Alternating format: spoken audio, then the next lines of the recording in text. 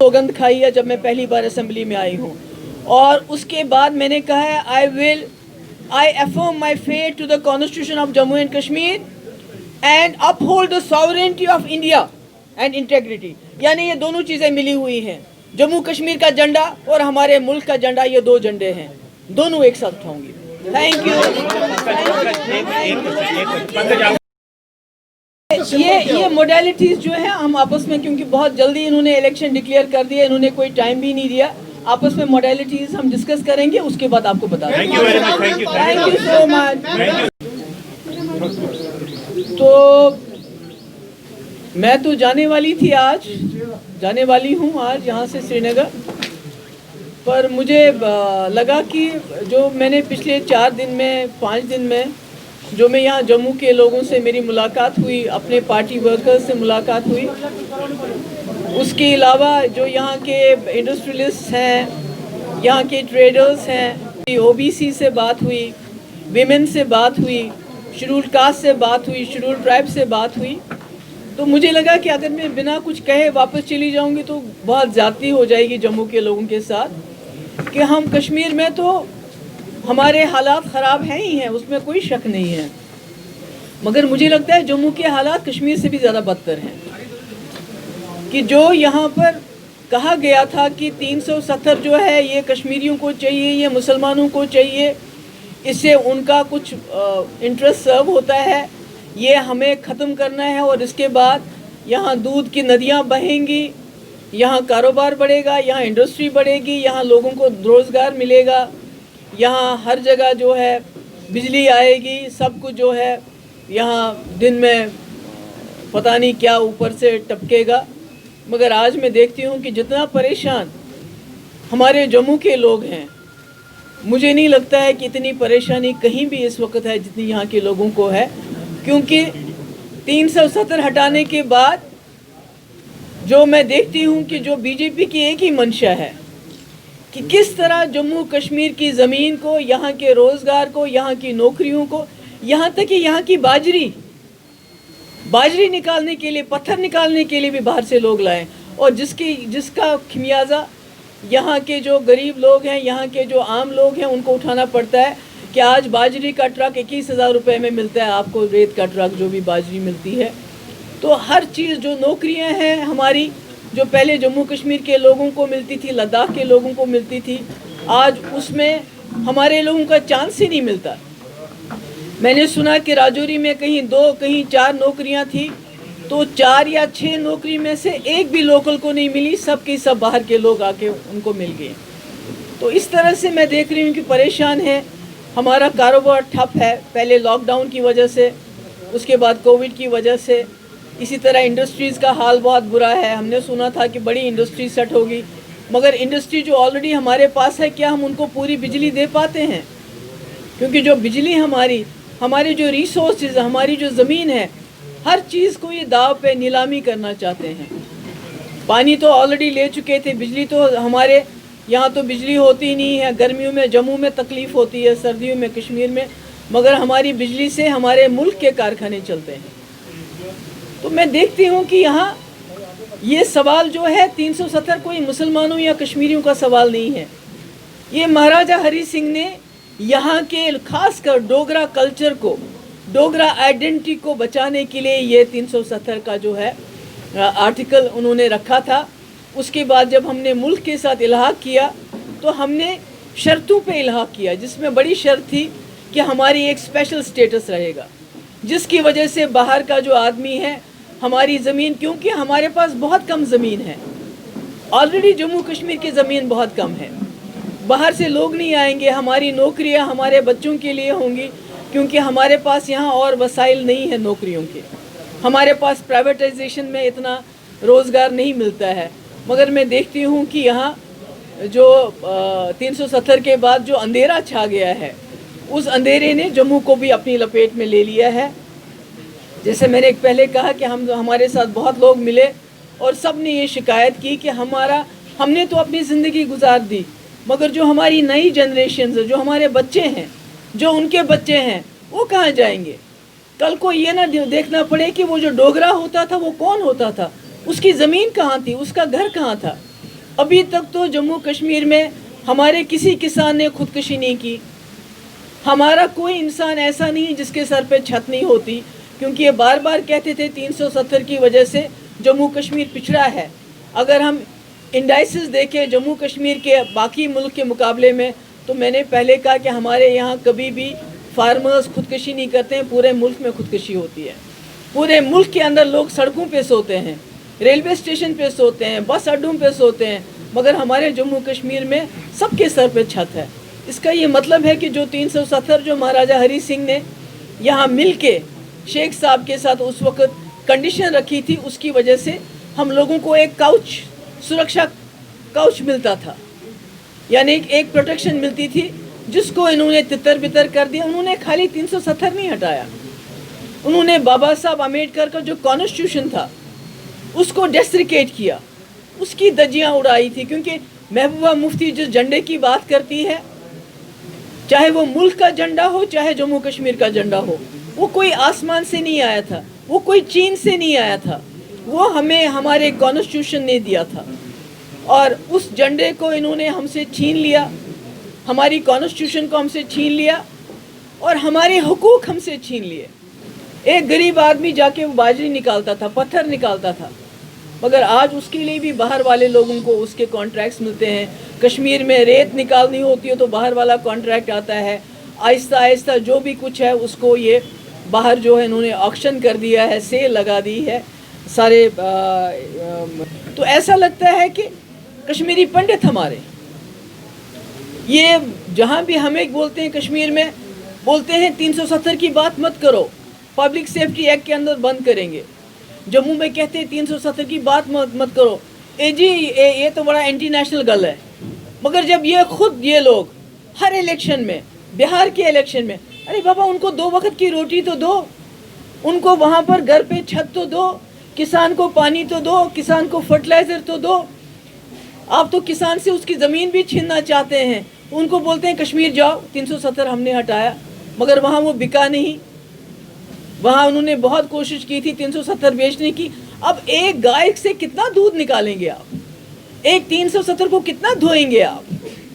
تو وہاں تو کچھ نہیں ہو. ہمارے کشمیری پنڈت بھائی جو اتنے سالوں سے انتظار کریں, جن کو مفتی صاحب نے اپنے وقت میں ان کے لیے وہاں ٹرانزٹ اکاموڈیشنز بنائی تھی, اس کے بعد تھوڑا سا جو ہے ڈاکٹر منموہن سنگھ جی کے وقت میں کچھ ہوا, اس کے بعد تو کچھ نہیں ہوا. یہ تو ساری دنیا کو بولتے ہیں جاؤ, Jammu Kashmir is on sale, go and buy land. What about these Kashmiri Pandits جو یہاں کیمپس میں اس وقت گرمی میں جو انتظار کر رہے تھے کہ بی جے پی کی حکومت آئے گی, بی جے پی کو میجورٹی ملے گی اور بی جے پی ہمیں کشمیر میں بسائے گی. What about them, they are not talking about them. ان کی بات تو نہیں ہو رہی ہے کہ ان کو کیسے بسائیں, بلکہ ماحول خراب کیا جا رہا ہے کہ ہم جیسے لوگ جو وہاں لوگ رہتے ہیں ان کا رہنا بھی مشکل ہو گیا ہے. اتنی ملیٹنسی بڑھ گئی ہے ان کے وقت میں. یہ کہتے تھے ملیٹنسی ختم ہو گئی ہے, آج ایک گاؤں سے 10 15 لڑکے ایک ساتھ چلے جاتے ہیں, کیونکہ آپ نے جو ایک آواز تھی تمام آوازوں کو بند کر دیا ہے. آپ نے لوگوں کے پاس کوئی راستہ ہی نہیں چھوڑا ہے, بیچ کا راستہ ہی نہیں چھوڑا ہے. لڑکا سوچتا ہے یا تو مجھے جیل جانا ہے یا بندوق اٹھانی ہے, تو اچھا ہے میں بندوق اٹھاؤں تو میں مر جاؤں, وہ زیادہ بہتر ہے جیل جانے سے, کیونکہ بات نہیں کرنے دیتے آپ کسی کو. میرے پاس پرسوں ایک آ گیا, ایک ڈوگرا آ گیا, اس نے کہا میری 2 بیٹیاں ہیں, چھوٹی چھوٹی ہیں, ان کا کل کو کیا ہوگا اگر اسی طرح سے ہماری زمین ہماری نوکریاں سیل پہ لگا دی جائیں گی تو ہم کہاں جائیں گے. تو اس لیے میں آپ کا یہاں جو ہمارے پریس کے لوگ ہیں میں ان سے بھی التجا کرنا چاہتی ہوں. اب دیکھیے امریکہ کو دیکھیے, ٹرمپ اتنا پاورفل, پر میڈیا نے کیا رول کیا. میڈیا نے اس کو تقریر نہیں, اس کی تقریر تک انہوں نے نشر نہیں کی. پر بدقسمتی یہ ہے کہ ہمارے میڈیا کے کچھ چینلز, میں ان کا نام نہیں لینا چاہتی, وہ بی جے پی کا ایجنڈا چلاتے ہیں, ہندوستان کی کانسٹیٹیوشن نہیں چلاتے. وہ میں نے بار بار کہا ہمارا ملک, یہ ملک ہندوستان کی کانسٹیٹیوشن پہ چلے گا. کانسٹیٹیوشن سے یہاں کے لوگ اکٹھے ہیں. اگر بی جے پی کا ایجنڈا ہے تو وہی حال ہوگا جو پچھلے 6 سال سے ہو رہا ہے.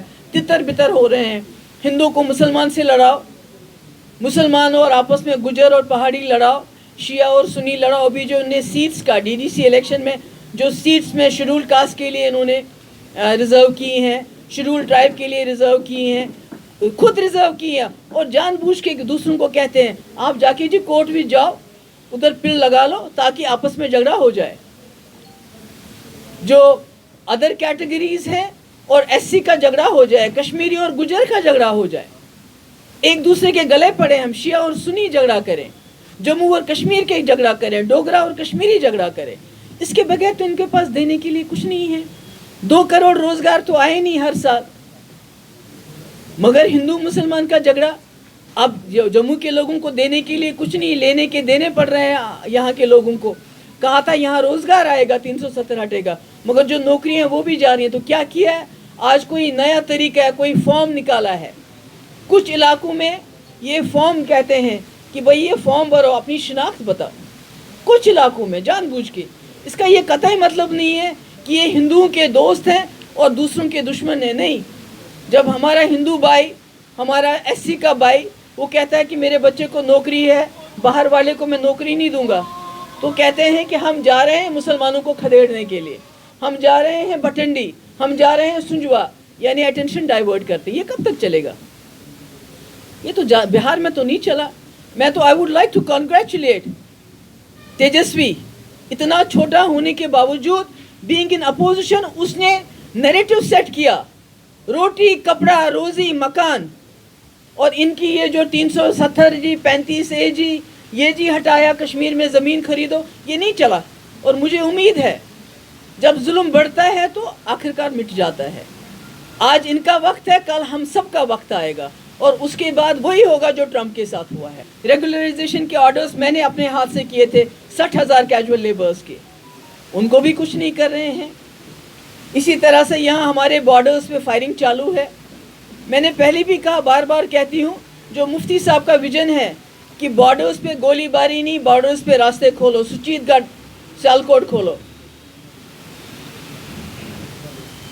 جموں سری نگر اسکردو کھولو, یہ نوشہرہ جنگڑ میرپور کوٹلی, یہ راستے کھولو. یہی مفتی صاحب کا, یہی, اس کے بغیر کوئی حل نہیں ہوگا اس بات کا. آج نہیں تو کل. کب تک یہ ڈنڈے سے لوگوں کو دبا کے رکھیں گے؟ کب تک یہ؟ مجھے پتہ ہے کہ یہاں کے ہمارے لوگ, ہمارے ڈوگرا بھائی, وہ کہتے ہیں اگر ہم بات کریں گے یہ تھالی اور تالی بجا کے ہمارے گھروں کے باہر جلوس نکالیں گے کہ بھائی یہ جی دیش دروہی ہے.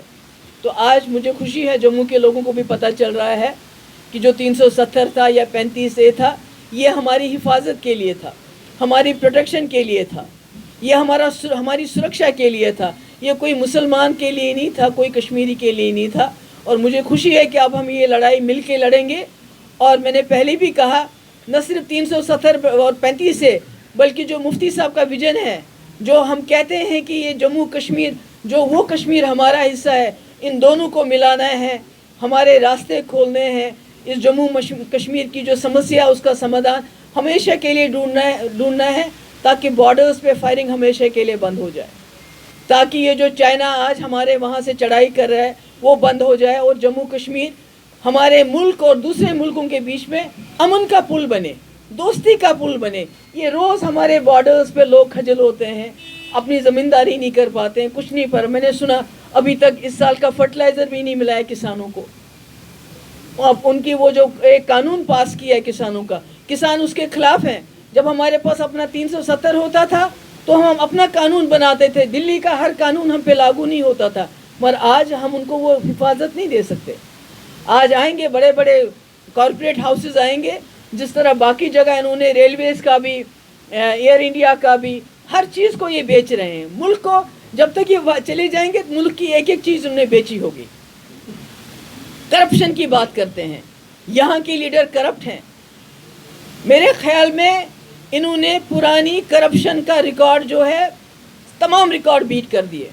جہاں بی جے پی کے پاس پاؤں دھرنے کی جگہ نہیں ہے, آج ان کے دفتر دیکھیے کتنی بڑی بڑی بلڈنگس, یہ کہاں سے آ گئے؟ ان کے اکاؤنٹ میں اتنا پیسہ کیسے آ گیا پارٹی کے نام پہ؟ ارے ہم تو وہ لوگ ہیں, جموں کشمیر کے وہ لوگ ہیں جنہوں نے بہت مشکل حالات میں جموں کشمیر میں, بالخصوص وادی کشمیر میں, اس ملک کے جھنڈے کو کھڑا رکھا. ہمارے ہزاروں کی تعداد میں ہمارے لوگ شہید کیے گئے, اور یہ ہمیں بتاتے ہیں چڈی پہن کے جھنڈا ابھی تک انہوں نے وہاں چڑھانے کے لیے تیار نہیں ہے, وہاں پر جہاں ان کا وہ मुखिया बैठते हैं जहाँ वहाँ अभी तक ये झंडा नहीं चढ़ाते हैं, तिरंगा नहीं चढ़ाते हैं। हमें झंडे की सबक सिखाते हैं। मेरे बाप ने तब हिंदुस्तान का झंडा उठाया जब उनको गंदी नाली के कीड़े कहा जाता था, जब उनके खिलाफ सोशल बाइकाट होता था। मगर मैं कहती हूँ हमारा कॉन्स्टिट्यूशन वापस दो, हमारा झंडा वापस दो। खुद इन्होंने हमसे अपना रिश्ता तोड़ दिया, मुल्क से हमारी रियासत का रिश्ता तोड़ दिया कॉन्स्टिट्यूशन को ख़त्म करके। मैंने कसम खाई, इन्होंने कसम खाई है, बीजेपी वालों ने कसम खाई है जम्मू कश्मीर के आइन की, कि हम कसम खाते हैं। और एट द सेम टाइम पहले जम्मू कश्मीर के आइन की कसम खाई है हमने, उसके बाद हमने कहा we will uphold, we affirm our faith in the constitution of Jammu and Kashmir and will uphold the sovereignty of and integrity of India. यानी पहले हमारे कॉन्स्टिट्यूशन की बात हुई, उसके साथ साथ इस मुल्क की सालमियत की बात हुई, उसकी सॉवरेनिटी की बात हुई। तो ये कैसे कि एक उंगली ये काट देंगे तो दूसरी उंगली को रखेंगे, ऐसा नहीं चलता है। इनको जो माल इन्होंने रात के अंधेरे में फैसला करके दिन में चुराया है, वो इनको सूद के समेत वापस करना पड़ेगा। बहुत बहुत शुक्रिया आपका। इलेक्शन भी ऐसे ही लड़े जाएंगे। देखिए, इलेक्शन मैंने पहले भी कहा, इलेक्शन कोई बड़ी बात नहीं है। जम्मू कश्मीर की समस्या के सामने इलेक्शन आते रहेंगे, जाते रहेंगे।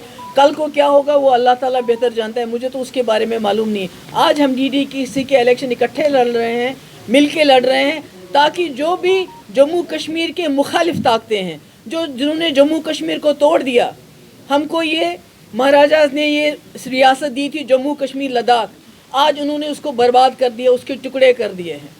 तो ऐसी ताकतें, और जो ताकतें इनका साथ दें इनके डिवाइसिव एजेंडे में, उन ताकतों को दूर रखने के लिए हम सब ने हाथ मिलाया है। जब तक फायरिंग नहीं रुकेगी, सिविलियन मुझे कैजुअल्टीज बहुत हो रही हैं। बहुत हो रही है। मैं वही तो कह रही हूँ कि वाजपेयी जी के किताब से हमें एक पेज लेना चाहिए कि उन्होंने करगिल के होने के बावजूद, पार्लियामेंट पे हमला होने के बावजूद पाकिस्तान के साथ दोस्ती की, मिलिटेंसी कम हुई, फायरिंग बंद हो गई बॉर्डर्स पे।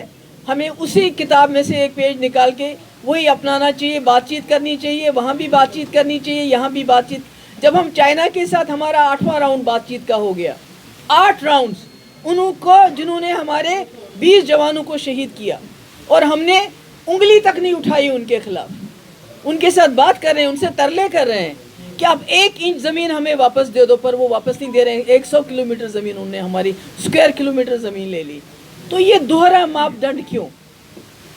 उनके साथ एक मापदंड, यहाँ से दूसरा मापदंड। मैं समझती हूँ कि वाजपेयी जी की पॉलिसी है, इनको याद करना चाहिए, वो इनके गुरु थे, इनके लीडर थे, उस पर अमल करना चाहिए।